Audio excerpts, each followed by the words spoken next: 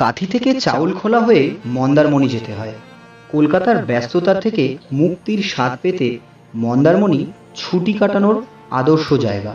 এখানকার সূর্যোদয় ও সূর্যাস্ত দুটোই দেখবার মতো।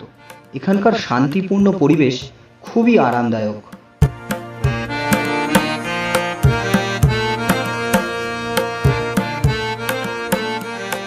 তো আমাদের হোটেলে রিসেপশনে আমাদের সমস্ত ব্যাগপত্র রেখে আমরা সমুদ্র তীরবর্তী অনেকক্ষণ সময় এখানে পার করলাম। এবার আমরা সবাই মিলে ডিসাইড করলাম কি আমরা রিসেপশনেই আমাদের ব্যাগপত্র যেমন রয়েছে তেমন রাখা থাকবে এবং আমরা আমাদের ড্রেসটা চেঞ্জ করে একেবারে স্নান করা এবং ব্রেকফাস্টের জন্য বেরোবো। তো তাই যথারীতি ঠিক হলো, আমি আমার ক্যামেরা নিয়ে বেরিয়ে পড়লাম।